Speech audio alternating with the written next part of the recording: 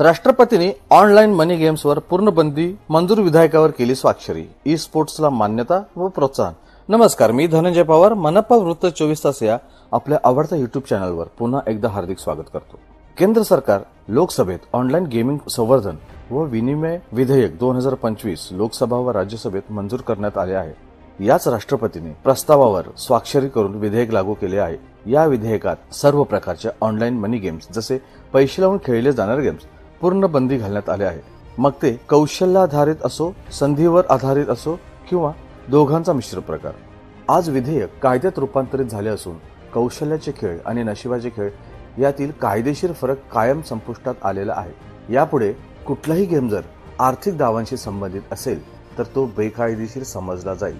विधेयकातील काही महत्त्वाचे मुद्दे पाहूया. कठोर कारवाईची तरतूद. ऑनलाईन मनी गेम चालवणे, त्यांचे आर्थिक व्यवहार करणे हे संज्ञेय व अजामीनपात्र गुन्हे ठरवले आहेत. पोलीस किंवा अंमलबजावणी यंत्रणांना वॉरंट शिवाय अटक, थेट तपास सुरू करणे आणि डिजिटल भौतिक ठिकाणी झडती घेणे व जप्तीचा अधिकार मिळालेला आहे.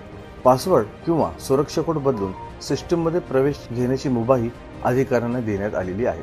राष्ट्रीय नियामक प्राधिकरण स्थापना. ऑनलाईन गेम्सचे नोंदणी, वर्गीकरण व नियंत्रण करणारे स्वायत्त निकाय स्थापना करण्यात येणार आहे.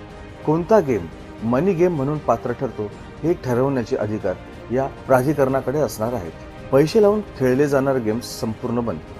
कोणताही ऑनलाईन गेम जिथे पैसे लावून सहभाग घेतला जातो व रोख बक्षीस दिले जाते तो बंदीच्या कक्षेत येतो. यात रम्मी, फॅन्टसी स्पोर्ट्स यासारख्या कौशल्याराधित गेम्सचा देखील समावेश असेल जर त्यात पैशांचा सहभाग असेल.